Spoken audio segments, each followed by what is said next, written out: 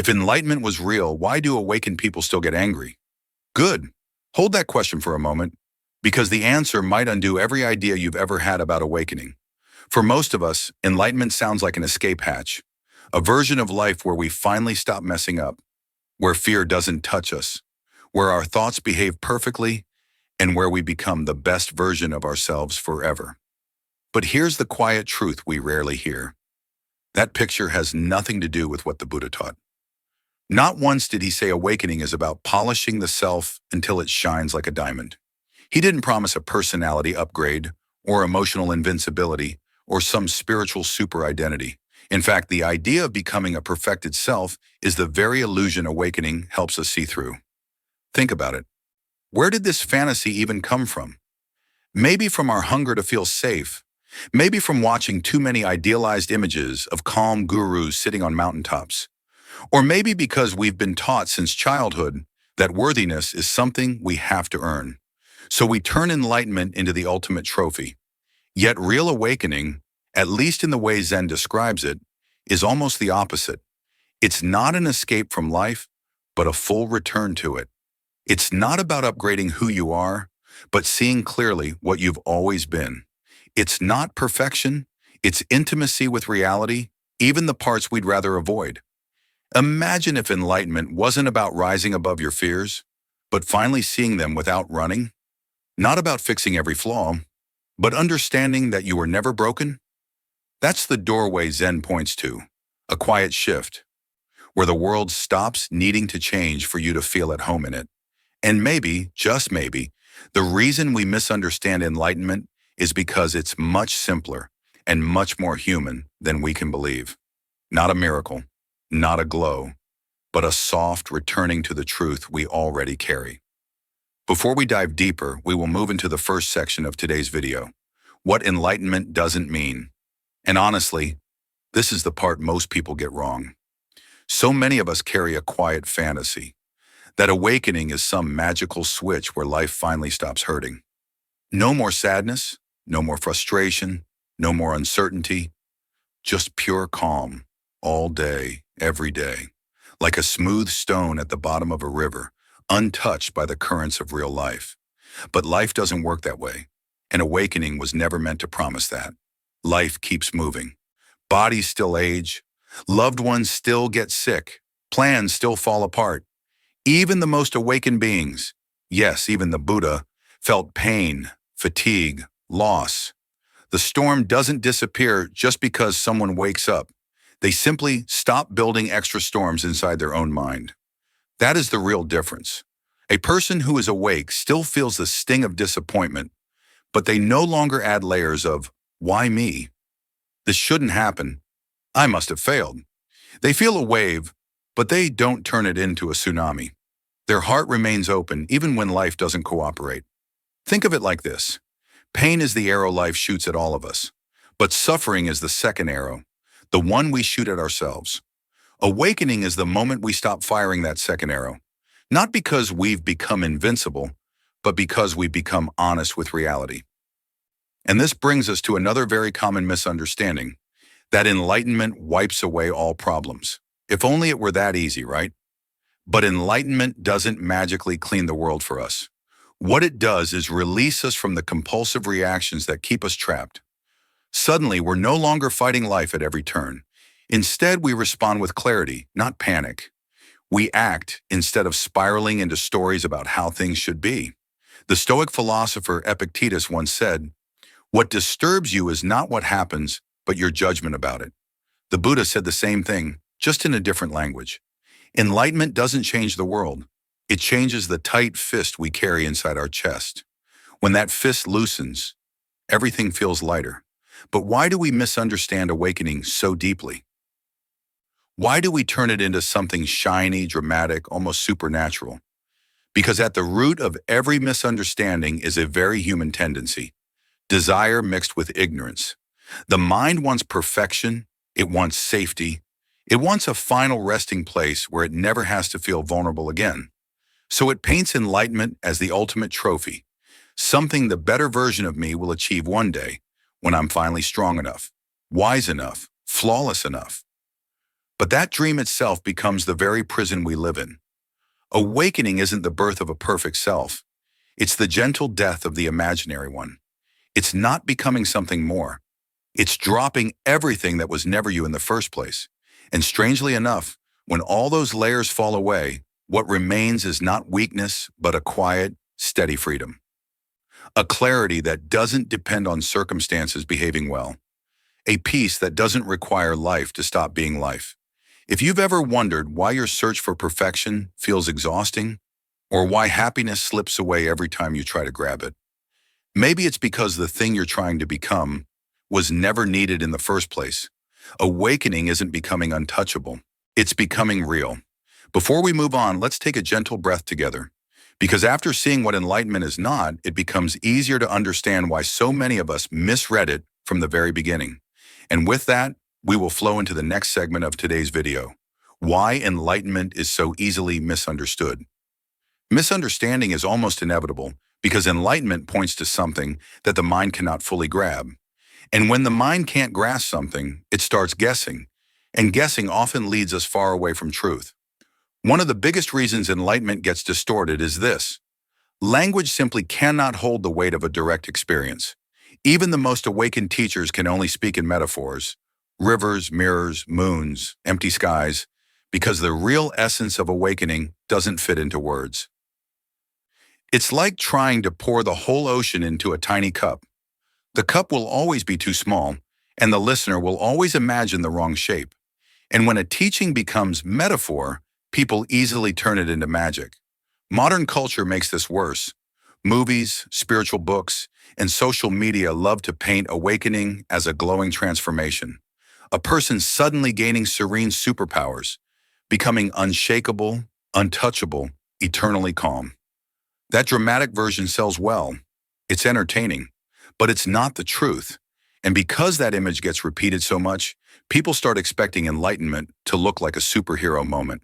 They think it's some cosmic upgrade where your problems dissolve and your aura shines like stage lighting. But real awakening is quieter, more grounded, more human than people imagine. Another reason enlightenment is misunderstood lies even deeper. The ego desperately wants to feel special. When life is painful and confusing, it's tempting to dream of a future version of ourselves, perfect, wise, untouchable, finally above suffering. The ego whispers, one day I'll be extraordinary. One day I'll transcend all this mess. And just like that, enlightenment becomes another self-improvement goal, another trophy, another mask the ego wants to wear. But awakening was never about polishing the self. It's about seeing that the self we're trying to polish was never solid to begin with. This misunderstanding is not a flaw. It's a completely human response to fear, longing, and uncertainty. And then there's another root of confusion, lack of direct experience. Because when someone hasn't practiced deeply, hasn't learned to observe their mind, hasn't sat through discomfort, hasn't watched thoughts rise and fall, they have no reference point for what awakening actually feels like. So the mind builds a fantasy, a theory, a neat explanation. But enlightenment is not a theory. It's not an idea you can study your way into. It's a shift in perception so subtle, yet so profound, that no amount of reading can replace the moment you actually see your own mind clearly for the first time. Without that clarity, people rely on imagination. And imagination loves exaggeration. It's like describing sweetness to someone who has never tasted fruit. You can explain sugar levels, textures, colors, but nothing replaces the instant the tongue finally touches the real thing. Only then do all descriptions fall into place. Enlightenment is the same. It's the lived experience that brings the teachings to life. It's the moment metaphors dissolve, and what's left is truth, plain and simple. And this is why so many misunderstandings arise. Not because people are careless, but because awakening points to a place beyond concepts, while most of us are still trying to reach it with concepts alone. So if you've ever misunderstood enlightenment, or built fantasies around it, or chased it like a finish line, please know this. It simply means you're human. And being human is exactly where awakening begins. And now, as the fog of misunderstanding gradually settles and the mind becomes a little clearer, there comes a gentle moment where we naturally turn inward, not to chase enlightenment, but to notice the small, living movements of awakening already unfolding within us. And we will move into the next section, subtle signals of awakening emerging within daily life. Awakening rarely arrives as a sudden burst of light or a dramatic transformation. More often it grows quietly, like dawn slipping across a window, almost invisible until you suddenly realize the whole room is bright. These early signs do not make anyone special. They simply reveal that the mind is remembering how to see clearly again. And each sign appears not because we try harder, but because resistance starts to loosen on its own. 1. The gentle pause before reaction. One of the earliest, most precious signs is the appearance of a gap, a tiny, breath-long space between what happens and how you respond. Maybe someone says something sharp, something that would normally ignite irritation. But instead of reacting instantly, there's a soft delay, a moment where your inner world does not rush forward automatically. This pause is not weakness. It's wisdom beginning to function. It is the mind realizing, I don't need to run the old script again. It's like watching a match fall toward dry leaves. But this time, before it catches fire, a breeze blows between them. That space is the birthplace of freedom. 2. Seeing impermanence in everyday life. Another sign is noticing how everything is always shifting. Your moods, the weather, the tone of someone's voice, even the frustrations in traffic. Where the old mind clung and resisted, the awakening mind observes gently. This too is moving. Noticing impermanence removes the dramatic weight we usually place on events. You no longer drown in disappointment because you understand everything flows. Joy flows. Sadness flows.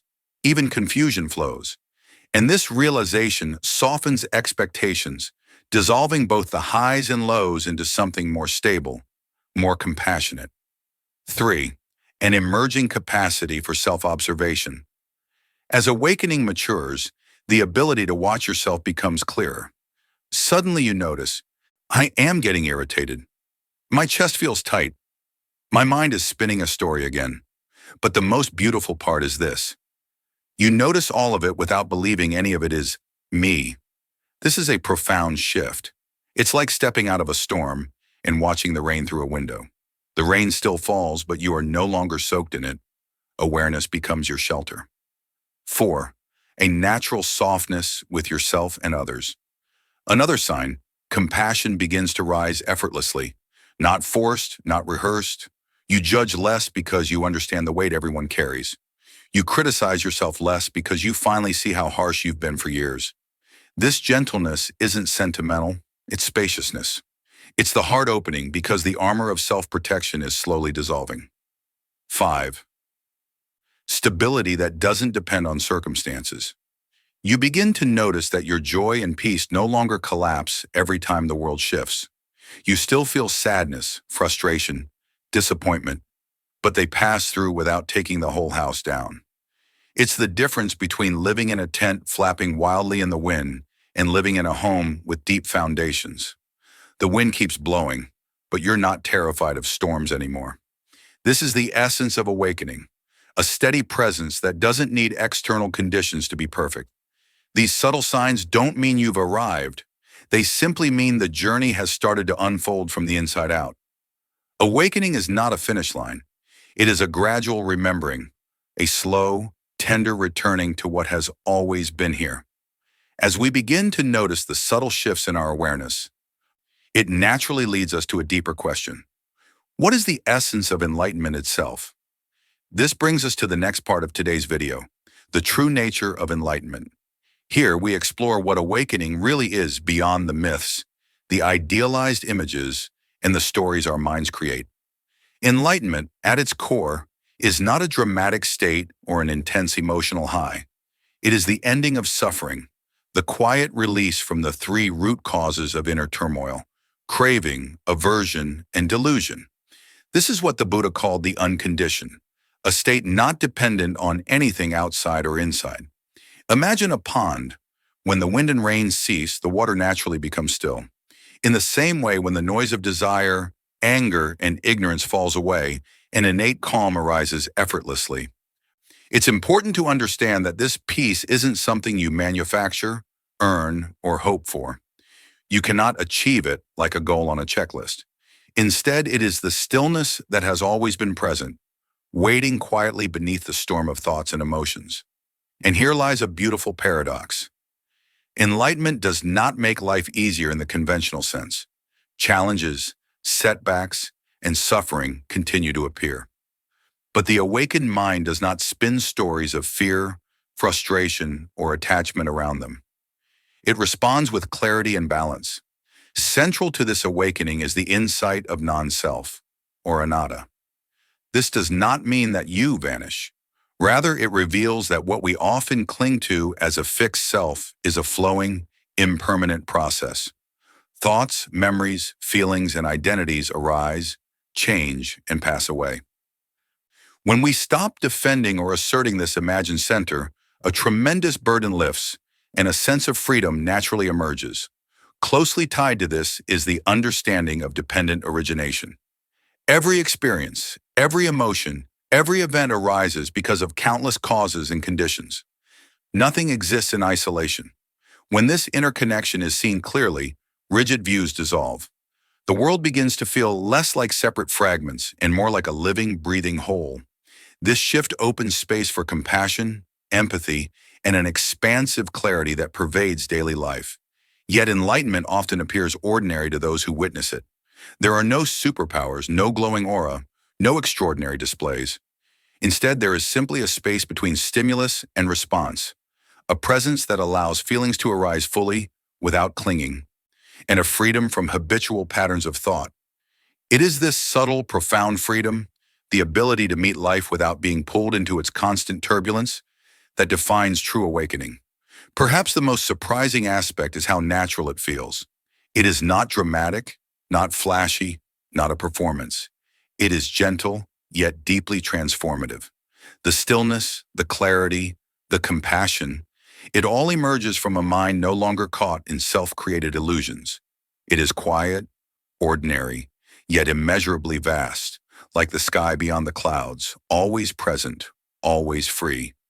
And so, as we observe the signs of awakening within ourselves, we come to understand that enlightenment is not somewhere far away. It is already here, quietly waiting beneath the noise, within the openness of each moment. This is the true nature of enlightenment, a freedom that is unconditional, grounded in reality, and accessible to anyone willing to see clearly. Having glimpsed the true nature of enlightenment, it's natural to wonder, how do we step into this space of clarity and freedom? This brings us to the next part of today's video, the path that leads to awakening. Here we explore how awakening unfolds, not as a sudden miracle, but as a gentle, steady journey of inner cultivation. Enlightenment does not arrive through hope, luck, or a sudden lightning strike from the sky.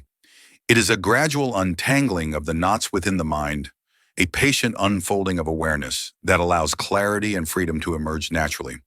Picture a tightly wound rope slowly loosening, thread by thread. This is the essence of practice, subtle, consistent, and deeply transformative. The path, as the Buddha taught, has three essential elements that support one another: ethical conduct, mental cultivation, and insight. These are not rigid rules or lofty ideals, but practical guides to transform the way we experience life. First, ethical conduct, or sila, is the foundation. Living in ways that do not harm ourselves or others naturally lightens the heart. This is not about moral perfection or strict obedience. It's about creating a space within where guilt, regret, and inner tension cannot take root.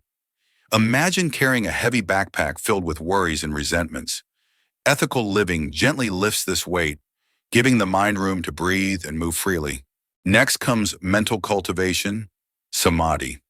This is the training of attention, the art of returning to the present moment through practices like breath awareness.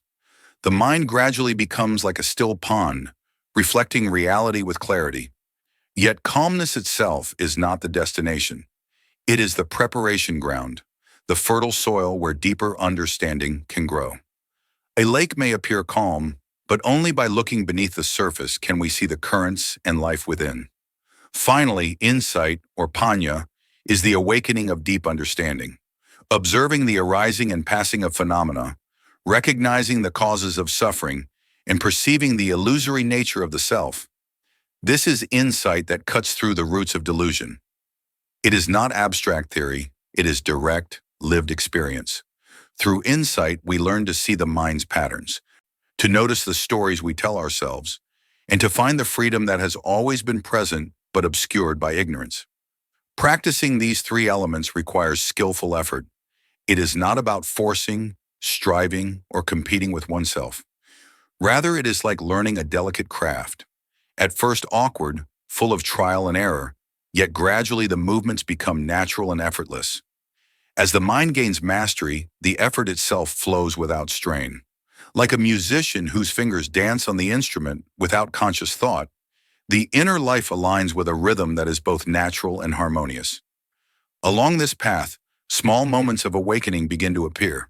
A pause before reacting, a clear seeing of emotions, a gentle understanding of impermanence, a growing ease with oneself and others. These are the signs that practice is bearing fruit. Over time, these moments expand, forming a steady stream of insight, compassion, and presence that infuses every aspect of life. Thus, the path to awakening is not a distant or mystical goal. It is a patient, compassionate journey of unfolding the mind's natural clarity. By cultivating ethical conduct, training attention, and deepening insight, we slowly release the knots of craving, aversion, and delusion, and step into the quiet, profound freedom that defines true awakening. Having walked along the path of awakening, practiced ethical conduct, cultivated attention, and nurtured insight, the natural question arises: how does this inner clarity show up in everyday life? This leads us to the next part of today's video: how awakening manifests in daily life. Here we explore what it truly means to live with awareness and how the quiet transformation of the mind translates into the world we move through. Awakening does not make life perfect, nor does it shield us from challenges.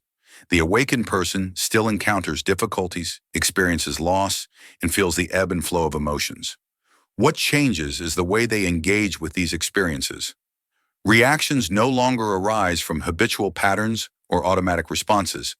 They come from a space of awareness, a momentary pause that creates room for conscious choice. Imagine the difference between a leaf caught in a swirling current and one floating steadily on the water's surface. Same river, yet profoundly different experience. One of the most striking signs of awakening is the release from attachment to roles, labels, or opinions. The awakened person moves through the world lightly, without defensiveness, without the need to prove anything. Life is no longer a series of battles to protect the self. It is a flowing engagement with what is. In this freedom, warmth and compassion arise naturally, not as effortful morality, but as the spontaneous expression of a heart no longer gripped by fear or ego. Another hallmark is the creation of space between experience and response. Emotions, external events, even sudden disruptions are no longer triggers for compulsive reactions. There is a subtle gap, a moment where choice arises, and in that gap lies freedom. This is the practical, observable face of awakening: calm amid chaos, clarity amid confusion. The Buddha's teaching in the Kalama Sutta reminds us of this responsibility. Do not accept truths merely because they come from tradition or authority. Observe, test, and retain what leads to peace. Release what leads to suffering. Awakening is not reserved for monks, sages, or particular religions. It is the potential of every human being, present in each moment we choose to see clearly. Every pause, every act of conscious attention is a doorway into freedom. There is no need to wait for some future event, no need to seek validation outside oneself. The simplicity is profound. Living fully, with awareness, in the present moment, is itself an expression of awakening. Through daily life, we see awakening in action: gentle patience with others, the natural flow of kindness, the absence of compulsive control, the steadiness of heart despite external turbulence. Ordinary activities, washing dishes, walking through a city street, listening to a friend, become opportunities for presence. Every interaction becomes a practice ground, every challenge a teacher. Awakening is not a distant ideal. It is the ordinary reality experienced extraordinarily because it is lived consciously. The beauty of this manifestation is subtle yet transformative. It changes relationships, softens conflicts, and deepens empathy. It allows one to navigate uncertainty with poise, to feel fully without being overwhelmed, and to act from clarity rather than habit. Even a simple smile offered freely reflects the inner spaciousness of a mind no longer trapped by fear or attachment. Thus, living with awakening is less about dramatic change and more about an ongoing, gentle unfolding. It is about embodying the principles we have practiced: freedom from automatic reactions, compassionate presence, and clarity of mind. It is a quiet revolution, happening moment by moment in the ordinary fabric of daily life. And the remarkable truth is, this potential is already within you, waiting only for your attention. Every conscious breath, every mindful pause, is a step into freedom. Enlightenment is not about becoming someone else, nor about achieving some distant ideal. It is about seeing clearly, letting go of the false images we have built of ourselves, and resting in the natural awareness that has always been present. In each moment, in every breath, the potential for freedom is already here. It does not require external validation, extraordinary powers, or perfect circumstances. The quiet power lies in the space between stimulus and response, the simple act of noticing, of allowing, of being present without judgment. Imagine for a moment a calm lake at dawn, its surface undisturbed by wind or ripple. That stillness exists not because the world is calm, but because the lake does not cling, does not resist. Enlightenment is this inner lake, undaunted by storms, unshaken by loss, unclouded by fear. Every thought, every emotion, every fleeting sensation rises and falls, yet the clarity beneath remains untouched. The more we chase illusions of perfection, the further we drift from this truth. But when we let go, truly let go, the vastness of freedom opens. This is not a promise of a life without challenges. You will still encounter difficulties, sorrow, and uncertainty. Yet your engagement with life changes. Pain is met without adding layers of resistance. Joy is received without clinging. The rhythm of life flows, and within it, a profound ease emerges. Compassion arises naturally, not as effort, but as the natural expression of a mind unburdened. A smile offered without expectation, a kind word given without calculation. These are signs of awakening in motion. And here is the most beautiful part. This potential is not reserved for monks, sages, or those in distant temples. It is within you, within every human being. Every conscious pause, every mindful observation, every choice to respond rather than react is an entry point into freedom. You do not need to wait. You do not need to earn it. It is already available, quietly, patiently, underneath the noise of striving and fear. So today, take a moment to look inward. Notice the patterns you follow automatically. Watch the stories you tell yourself, and see if you can create just a small space, a breath, a pause, where you do not have to be anyone other than the present observer. Share in the comments one way you will practice letting go this week. Experiment, reflect, and return to the simplicity of awareness. In the next videos, we will explore more ways to live from this clarity, to deepen the presence that is your birthright. Remember, enlightenment is not a distant destination. It is the quiet, steady unfolding of clarity and freedom, accessible in every moment, right here, right now. Step into that space and witness how life itself becomes your teacher, your companion, your awakening.